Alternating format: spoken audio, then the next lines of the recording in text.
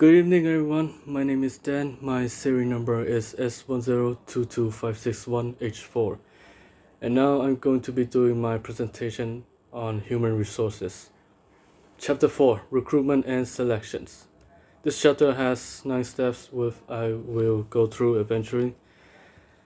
Step 1, first of all, identify vacancy and evaluate needs. So basically, companies just want more efficiency and consistency. So they will create a new positions. So high productivity is required, so they establish an advanced position. The new position needs time and effort to develop. But after all, when after the development, they will evaluate the core skill required now and those which may be needed in the future. So this will help them recruit more effectively, easily. That's it. Replacement position, conducting a job analysis in order to tailor the position to what is currently required to ensure proper classification. Carefully evaluate any changes needed for the following level required: performing, tasks carried out by a previous employee, tasks to be removed or added, supervisory or lead responsibility, budget responsibility, workout, and so on.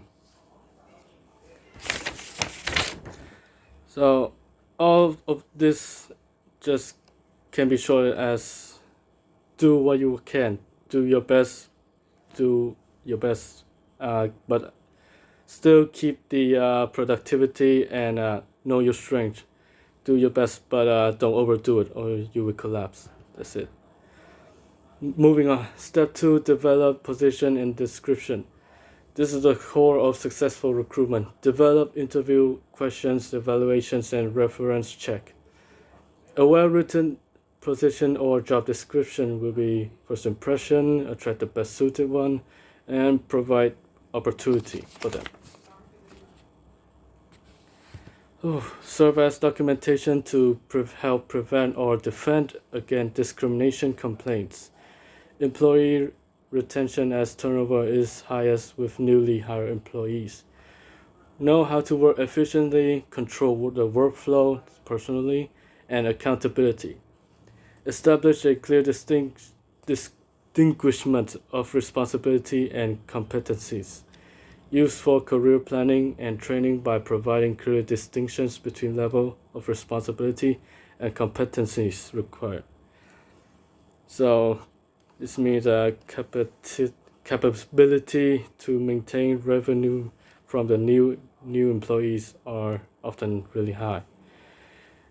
Employees often just dissatisfied doing things they weren't really hired for. That's it. So moving on, step 3, develop recruitment plan. Posting period, internal posting. Internal posting means you have to show your profile with the people in the industry. So which means that you should clear your profile, make it clean, and something like that. Good members attract good members. It's easy to understand. Good people play with good people, so eventually, if they see your company is good, they will drag themselves to you. External posting. This is like internal posting, but a worldwide thing. So you won't be showing yourself with people in the industry, but you'll be like on everywhere, magazine, news, online, everywhere. But this is very good for the recruitment. And the headhunter, you just headhunt the best employees you can find. Placement goal. Employees should complete the remaining role before moving out. This means that even though they move out, they should still take the responsibility of their progress productivity. And that's not in the rule at all, but it's the thing that they should do. Based on manpower budgeting, and any replacement must be filled before performing. Productivity efficient of department is affected. Additional advertising resources: internet job board, print advertisements, social media, job fair. So many things that you can do to recruit people.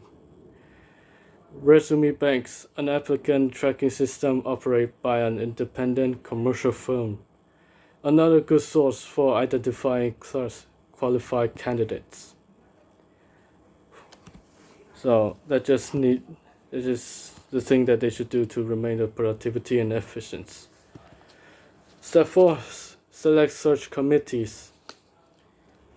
To ensure applicants selected for interview and final consideration are evaluated by more than one individual to minimize the potential for personal bias, and the selection committee is formed.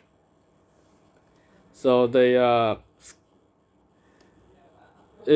scared that the people in the industry may have personal bias to their relatives, their friends, and so on in the industry, which will make the everything go down. It's just personal bias is hardly ever based on the actual talent, the actual potential. Just know each other and feel good to help them. That's it. It's not. It's almost just for themselves, but not for the greater good.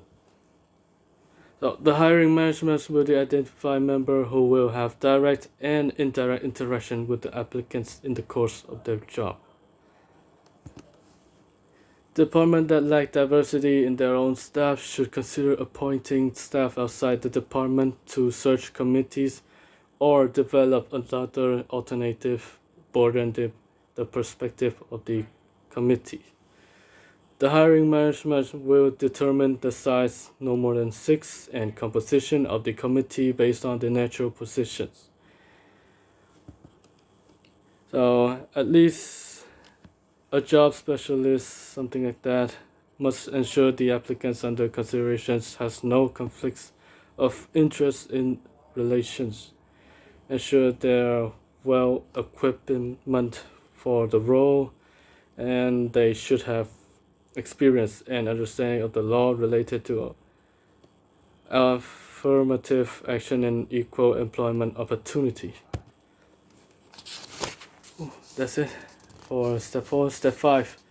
Post position and implement recruitment plan. The position description can be posted to the career site. Every effort should be made to ensure the accuracy of the job description and posting text. So it means that the career site should post something that they usually post information that they needed from the candidates, and everything on that should be clear, should be really selected, are really hard selected, so the candidates won't be mistaken what they're looking for from the company. That's it for step 5. Step 6. Review applicants and develop shortlists. Candidates could post the registration via job portal. Then they will be considered as applicants or expressions of interest. Make sure all applicants are reviewed to avoid the case of personal bias. Candidates must be informed about the availability, salary requirement, special position, a certain requirement, and other preliminary informations. So it means that they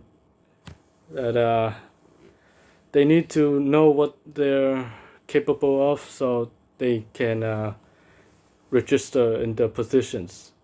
And of course, salary, everything required is basics for the. It's basically the thing that they need to know before registering. So moving on, step 7, conduct interview. An important step for the employer and prospective employee to investigate about each other. Questions should be elaborately selected to explore the employee working potential and well-fit characteristic. So even if they have the potential to work effectively, but if their characteristic isn't good, which, for example, they just want to do the job and take the money, but they never have the interest to support other employees. So it's a small thing. It doesn't really matter much, but it's the thing that they should be considering about. So Moving on, step 8, select hire. Discussion of the employer's behavior and performance. Past performance is best predictor for future success. Really highly recommended. This means that not just their performance, but their behavior must also be good. Just good enough to not to let other employees have bad feelings about them, and of course to predict their future success. The easiest way for them, the company, to know is about their past, what they have done, their achievements from the previous company, their experience, and so on. Online applicant reference checking, social media. It could be on Facebook, Twitter, Instagram, and many other things else, or just the just industrial career site. Yeah, that's it. So step 9, finalize recruitment. Initiate the offer, negotiate the offer, countering the offer, and finalize the offer. It means that they need to make sure everything goes as a plan. Nothing is biased. Nothing is a mistake. Everything should be going on the plan, which is really, really detailedly selected by the company. It means that everything should be under control. The employee that they recruited should be effective, and so on. That's it. Thank you for your attention. That is it for my presentation. Thank you for listening.